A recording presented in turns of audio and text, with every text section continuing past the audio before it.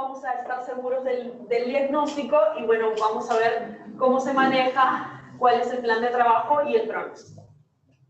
Previamente quiero señalarles algunas definiciones que tenemos que conocer para luego poder diferenciar la definición de crisis febril. ¿Qué cosa es una crisis epiléptica? Una crisis epiléptica, según la última definición de Fisher, que es la definición del 2005, es la ocurrencia transitoria de signos y síntomas definidos por o debidos, mejor dicho, por una actividad neuronal excesiva e hipersincrónica del cerebro, a nivel sobre todo de la corteza cerebral de la capa 3 y 5, que es en donde están las neuronas piramidales. La clasificación de las crisis epilépticas lo divide de manera simple en generalizadas y parciales. Actualmente, en la última clasificación, se denominan focales, pero es lo mismo. Generalizadas porque están estas descargas excesivas e hipersincrónicas tanto en el hemisferio derecho como izquierdo, en toda la corteza, ¿no? Hemisferio derecho e izquierdo. Y focales porque están estas descargas excesivas e hipersincrónicas en solo un área del cerebro. La clasificación de las crisis epilépticas generalizadas, la clasificación tradicional, que es del 91 y luego refrendada en el 2010, se clasifican en tónicas, clónicas, tónico-clónicas, mioclónicas, atónicas y ausencias. Ahora tenemos una clasificación un poquito más moderna, que bueno, la he colocado acá, pero de repente es un poquito más tediosa. Pero la he señalado acá, tónico-clónicas, clónicas, tónicas, mioclónicas, que las detalla un poquito más, las atónicas y las ausencias, que también las detalla un poquito más. Y las he colocado porque, como vamos a ver en la clasificación de las crisis febriles, necesitamos este dato, y ya vamos a ver por qué. En cuanto a la introducción de crisis febriles, dos datos más. Nelson, que es el autor del tratado, y luego Livingstone establecen o introducen el término de crisis febriles, fueron los primeros, tanto en el 78 como en el 79 respectivamente. Las crisis febriles son el trastorno del ECOS neurológico más común en lactantes y en niños pequeños.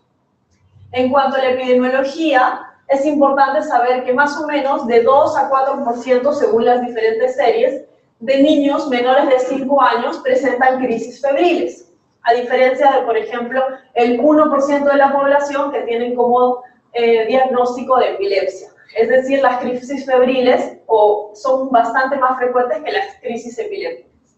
El pico de incidencia de las crisis febriles van a ser 18 meses. Y en niños con historia familiar relacionada a crisis febriles, esto ocurre en un 25 a 40%, es decir, pacientes con crisis febriles, 25 a 40% van a tener historia familiar de crisis febriles. 9-25% tienen una primera crisis febril que va a ser una crisis febril compleja. El otro 75% va a ser una crisis febril simple. 1/3 de los pacientes con crisis febriles van a recurrir. El otro 2/3 de los pacientes van a tener una crisis febril única. Y generalmente se presentan el primer día de la enfermedad febril. En cuanto a la definición, esta es la definición del 93 de la ILAE, que es la Liga Internacional contra la Epilepsia, que es la que rige a todos los epileptólogos, a todos los neurólogos pediatras, digamos, especializados en epilepsia, y es la penúltima clasificación, digamos, definición, porque después viene la de la organización o de la Academia, mejor dicho, Americana de Pediatría. Bueno, primero se estableció que es una crisis asociada a una enfermedad febril en ausencia de una infección del sistema nervioso central o desequilibrio electrolítico en niños mayores de 1 mes de edad sin antecedentes de crisis febriles previas. Pero la que actualmente utilizamos, que es la del 2011, es un fenómeno que ocurre en lactantes o infantes de 6 a 60 meses, o sea, hasta los 5 años de edad, asociado a fiebre en quienes no han tenido o no tienen, ¿no?, infección del sistema nervioso central, tampoco tienen un trastorno metabólico o antecedentes de crisis febril. Entonces, una crisis febril es una crisis epiléptica en un niño con fiebre de 6 a 60 meses, sin infección del sistema nervioso central, ni trastorno metabólico, ni historia de una crisis afebril. Los tipos de crisis febril van a ser crisis febril simple y compleja. La crisis febril simple tiene que tener estas 3 características.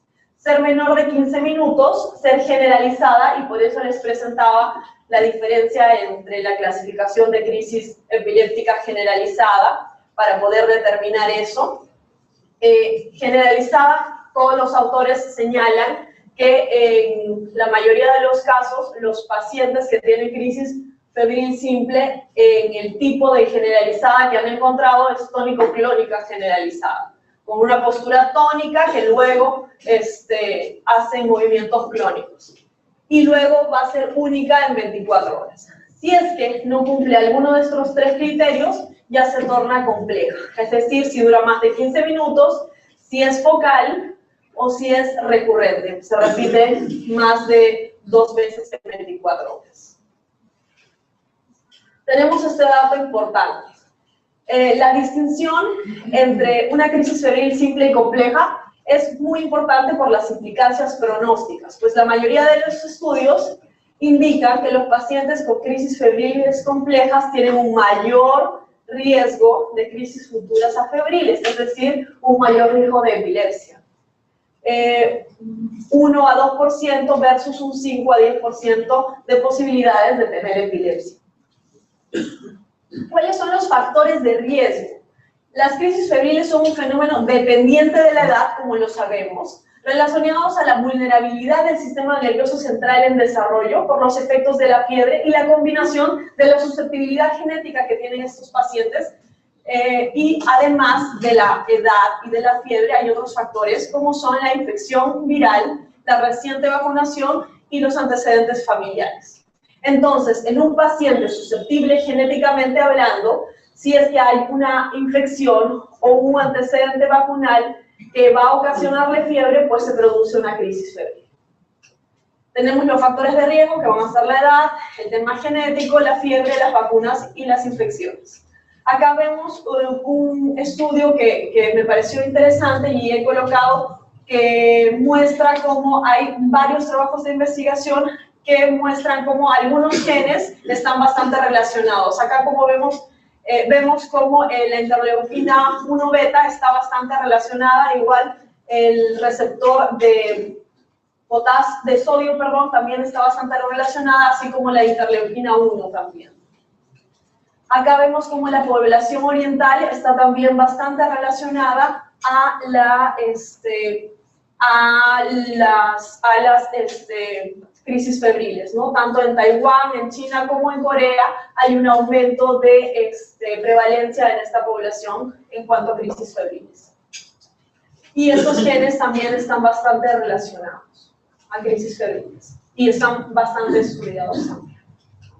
En cuanto a las infecciones virales, son bastante frecuentemente asociadas a crisis febriles, entre un 12 a 78%. Y de lejos, dentro de los virus, el virus humano herpes 6 es el más frecuente, es el más frecuentemente encontrado, tanto en Estados Unidos como en Europa, en un tercio de los casos, y seguido por el virus de la gripe, el parainfluenza y el adenovirus.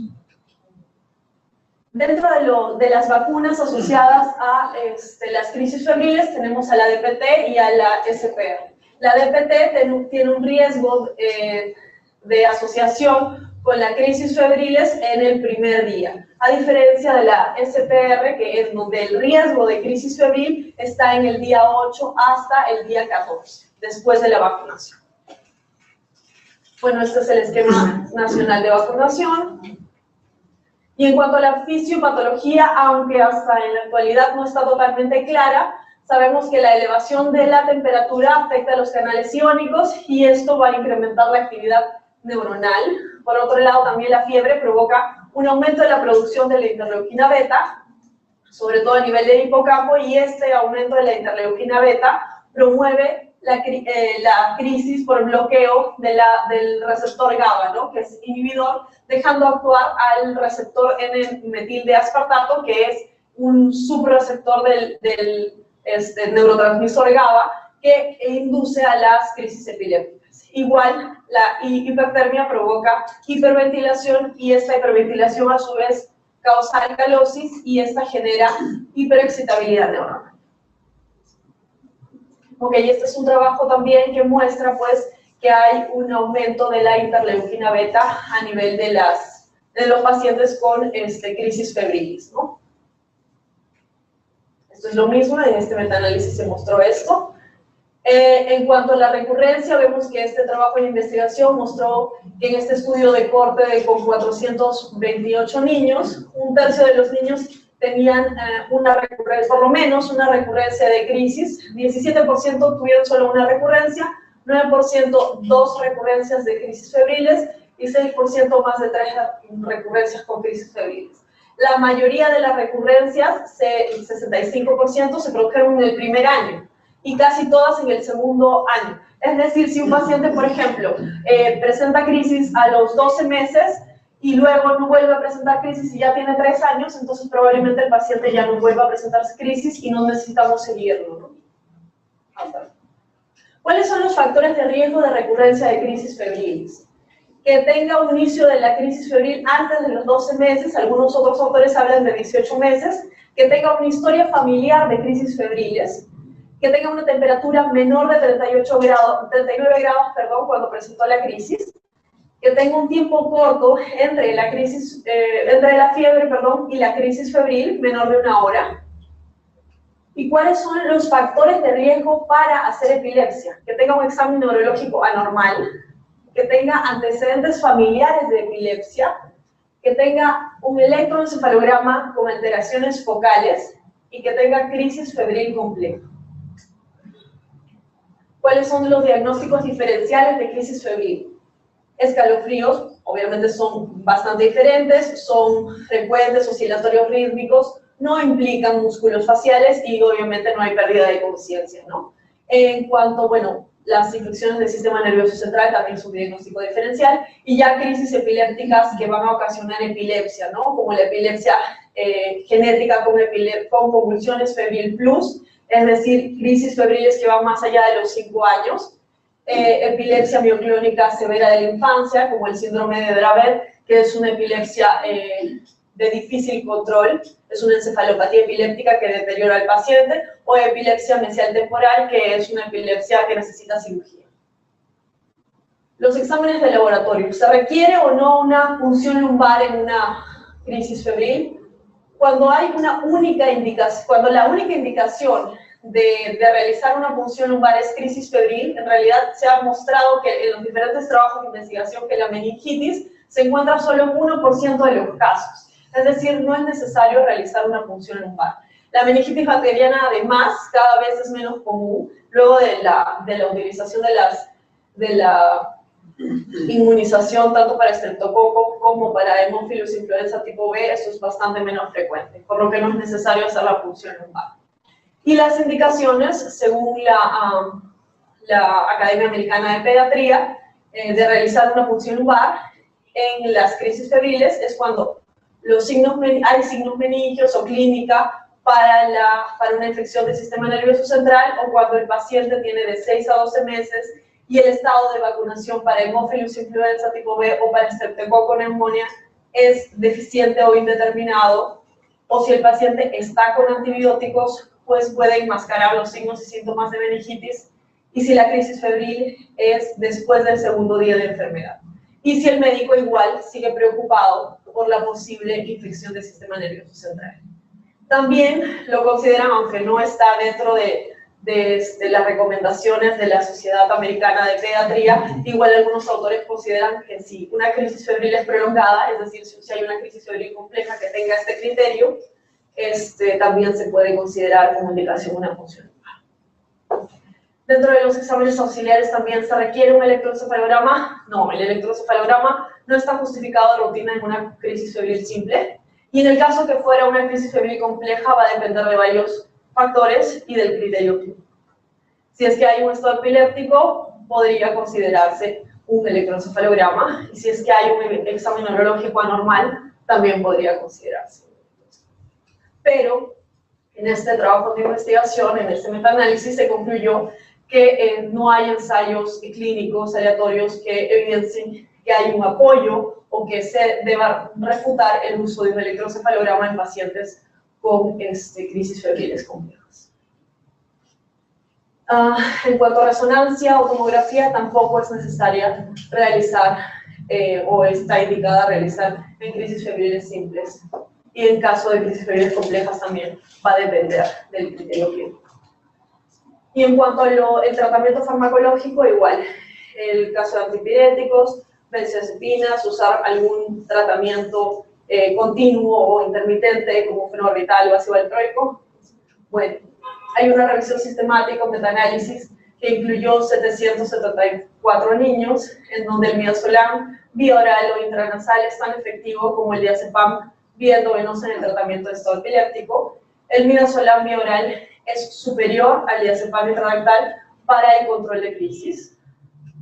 De manera intermitente, el diazepam comparado con el placebo, en cuanto al uso del tratamiento para un episodio de crisis febril, es más eficaz para el riesgo de recurrencia, y esto ya está revisado, pero el diazepam pues, genera efectos adversos, ¿no? Como hiperactividad, letargo, irritabilidad. Entonces hay que evaluar riesgo-beneficio. Igual, de manera continua, el fenobarbital es eficaz para la reducción de la recurrencia de las crisis febriles, pero tiene efectos adversos como el deterioro cognitivo a largo plazo, los problemas de comportamiento como hiperactividad, irritabilidad, agresión.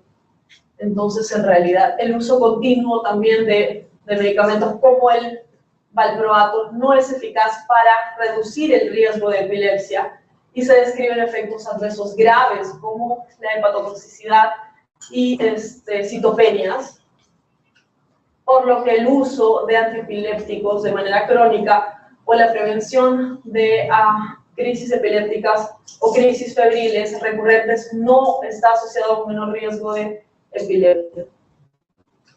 El tratamiento de las crisis en el momento, ¿no? Creo que ya lo conocemos, estas son las dosis en cuanto a las benzodiazepinas. Y bueno, el uso de manera profiláctica entonces, en este metaanálisis de este año, no está recomendado y lo que se tiene que hacer es el soporte de explicarle a los padres de qué se trata la crisis febril. No hay evidencia de los beneficios de alguno de estos medicamentos, ya sean analgésicos, antipiréticos, antiepilépticos, y se han observado más bien efectos adversos hasta un 30% de los niños, ¿no? Dada la naturaleza benigna de las crisis febriles, hasta las recurrentes y la alta prevalencia de los efectos adversos a los padres, se debe explicar esto. Y por último, las recomendaciones de la Organización Internacional contra la Epilepsia, las crisis febriles, no hay un riesgo de epilepsia a largo plazo, los antipiréticos no deben recomendarse o no, tampoco ocasionan o previenen, los antipiréticos no previenen una crisis febril siguiente, y de manera crónica tampoco están recomendados los antiepilépticos, y todos son evidencia de primera. En cuanto al pronóstico, el pronóstico es favorable, la mortalidad entre los niños está limitada solamente a crisis febriles complejas, que en realidad se explican por anormalías neurológicas preexistentes en esos pacientes, y las documentaciones de complicaciones neurológicas han sido anecdóticas por anormalidades preexistentes de esos pacientes. Entonces hay que hacer una información adecuada a los padres, un asesoramiento correcto, y decirles, ¿no?, que una crisis epiléptica no es epilepsia, sino un proceso benigno que se produce en 3 a 4 pacientes de cada 100 niños por debajo de los 5 años y que la mayoría de veces es una crisis única que no suele dejar alteraciones neurológicas y que la mortalidad es nula.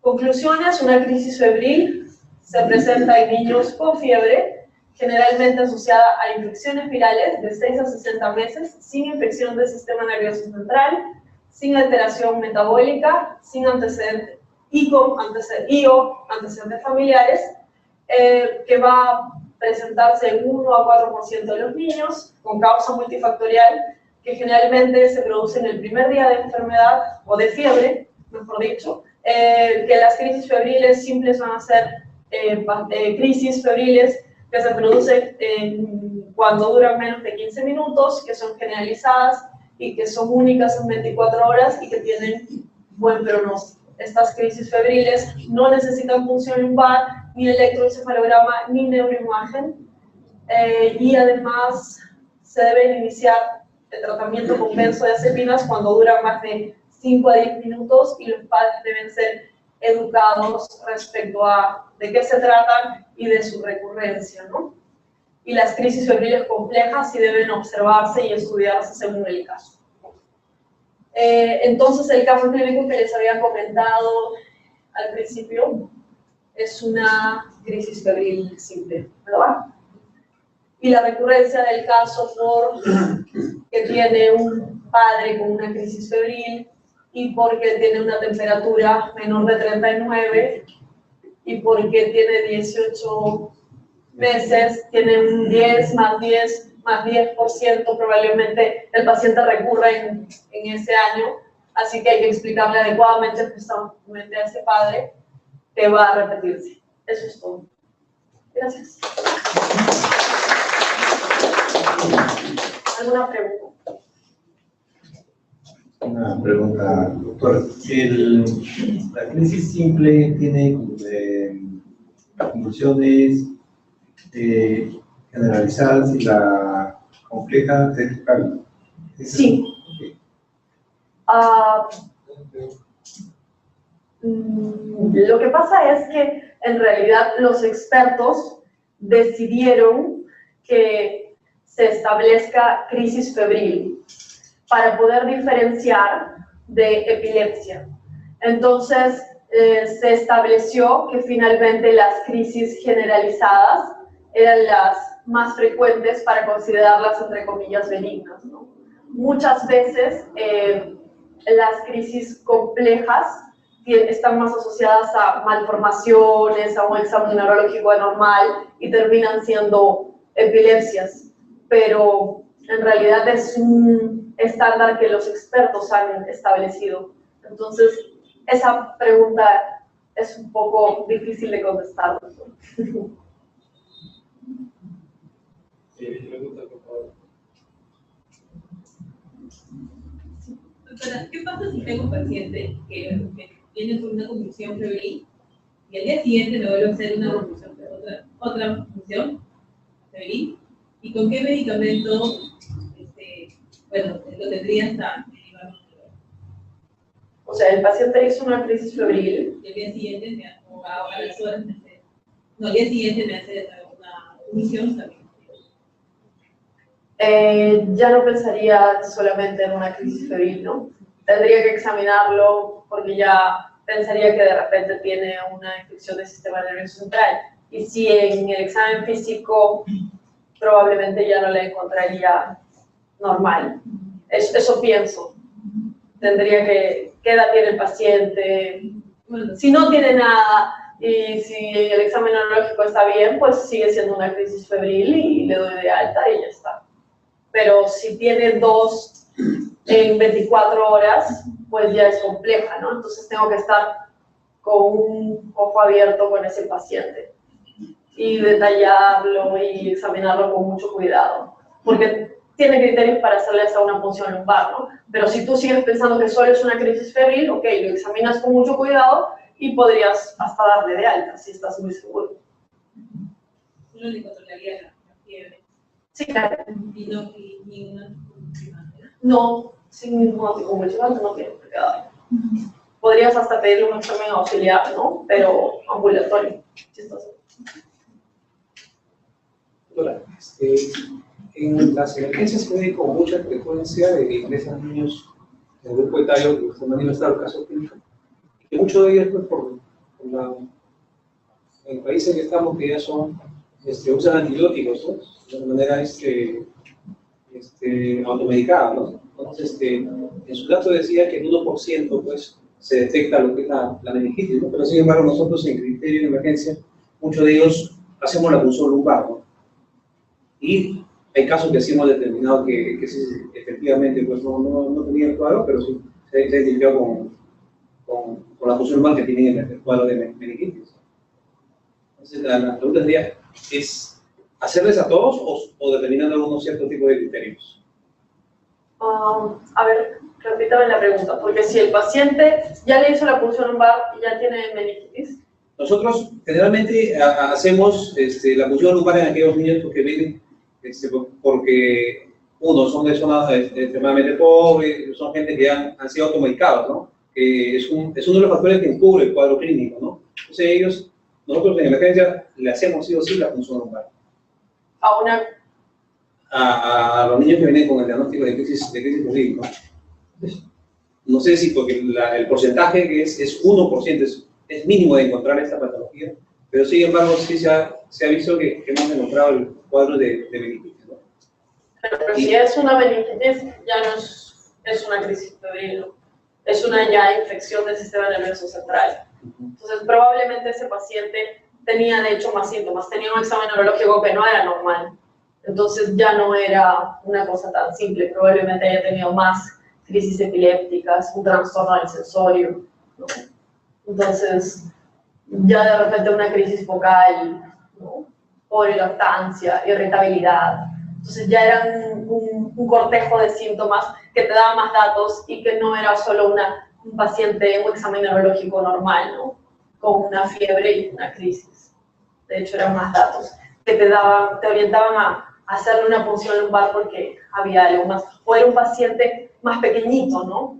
No un paciente de 18 meses, el típico, con una crisis nada más. Porque ya cuando llegan a la realidad de emergencia, que pasa por la convulsión, ¿no? Que probablemente con son cirugías simples, ya llegan y están jugando a veces inclusive, ¿no? Lo que demora en llegar y están felices y contentos, ¿no? Entonces, el diario cuando te funciona en emergencia, ¿no? Porque estás ahí y hay que esperar a que se despierte y juegue, ¿no? Entonces, a veces el apuro te puede obligar a hacer cosas normales, pero en verdad no las necesitan. Entonces, yo creo que a veces hay que esperar, ver al niño que juegue, todo, y está enfocando, y listo, normal. ¿No? Y piensa siempre, ¿no?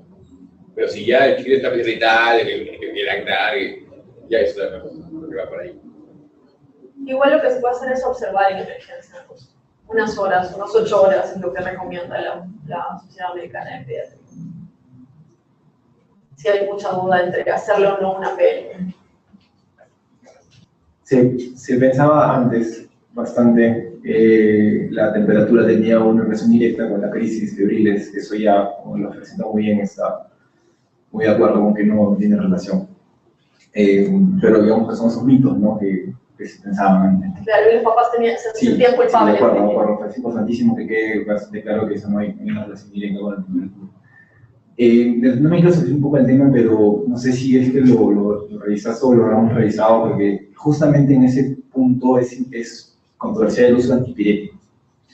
Y no sé qué recomendaciones se encontraban en la Sociedad Americana de Pediatría sobre el uso de antipiréticos en esos pacientes. En el caso que nosotros vemos en emergencias, no solamente en muchos hospitales e institutos de acá de Lima a nivel nacional, el excesivo uso de ceftriaxona, que es un antipirético que realmente, bueno, no se recomienda usar. No sé qué opiniones tienes al respecto o alguno de la sala. Bueno, pues en lo personal podemos usarlo, pero igual que cualquier otro antipirético, acá en el Perú, ¿sí? Pero como creo que es tu punto de vista por lo que acabo de escuchar, no tiene ninguna relevancia, ¿sí? Por lo ya demostrado en cuanto a la crisis febril, ¿sí? Y eso sí de repente no le he puesto mucho ahínco. No es, señora, tiene que darle paracetamol o ibuprofeno horario para que no convulsione su hijo, porque se ha demostrado, y ahí he puesto también el reporte de la ILAE, que ningún antipirético va a prevenir la recurrencia de la próxima crisis febril. Eso quiere decir que con 38, con 39, con 40, igual el paciente que tiene predisposición a hacer crisis febriles la va a hacer. Así que no asustemos a la mamá porque hay un metaanálisis que no lo he puesto y hay la recomendación de la Organización de la Liga Internacional contra la Epilepsia que demuestra que no necesitas esa prevención y que el papá no es culpable de que el niño tenga la próxima crisis febril si es que no se dio cuenta que tenía fiebre el paciente. ¿Sí? Entonces creo que a eso iba tu comentario. ¿Vale? Hay un tema de educación también, ¿no? Porque claro, está todo, ¿no? El papá llega de emergencia con su niño volando de fiebre que quiere que haga la fiebre, ¿no? 2 de la mañana y con la fiebre volando y quiere volver el metatisol y quiere que haga la fiebre, ¿no? Bueno, en realidad no es necesario, ¿no? Y fue con la ansiedad del papá, ¿no? Porque el niño de 9 años que viene corriendo porque va a convulsionar. En realidad la convulsión es más probable que sea en una parte más temprana, ¿no? Eso también, ¿no? La predisposición a hacer crisis epiléptica, si es que genéticamente lo tiene, es en un cerebro en desarrollo. Y ese cerebro en desarrollo es hasta los 5 años de edad. Por eso después de los 5 años de edad hay una enfermedad que se llama epilepsia con crisis febril plus, que es una epilepsia. Más allá de los 5 años ya es epilepsia. Antes no, entonces ya no tendría por qué luego de los 5 años el paciente hacer crisis, que es a lo que te refieres más. Y hay que tenerlo claro. ¿Sí? ¿Cómo hacías mención de la frecuencia, por frecuencia, la edad de 6 a 60 meses, ¿cierto? De hecho y todo, pueden presentarse antes. Sí, claro que sí. Es que justo va en relación tu comentario a lo que decía el doctor Lu, que todo esto de las definiciones son definiciones pues puestas por nosotros, digamos, por expertos que van variando en el tiempo. Entonces, pues se vio que todas estas crisis con fiebre se dieron y no hacían daño y dejaban de presentarse en pacientes sanos. Entonces se consideraron crisis benignas. Y luego, a diferencia de cómo se comportaban en pacientes con epilepsia, que tenían otro comportamiento, que eran crisis malas o patológicas o de enfermedades o epilepsia. Entonces son cosas diferentes. Por eso varían un poco los criterios en cuanto a autores. Por eso, si es que es en 5 meses, ya lo ves raro, porque probablemente el paciente, puede ser que a los 5 meses el paciente tenga un gen que quizás se comporte a largo plazo como una crisis febril y finalmente sea una crisis febril cuando lo sigas al paciente. Pero generalmente no va a pasar eso, porque le haces una resonancia y quién sabe encuentras una malformación y es lo más frecuente que te va a pasar. Pero por eso lo catalogan, ¿no? Por probabilidades, pero quién sabe, no. Entonces, a lo que voy es que han establecido de 6 a 60, porque si tienes 5 meses y encuentras una crisis febril, tienes que estar muy alerta, porque lo más probable es que no sea una crisis febril y no se comporte como una cosa benigna. Y vas a buscar cosas y vas a encontrar más cositas que te hagan pensar. Entonces, mejor para el promedio, consideremos que no es algo bueno.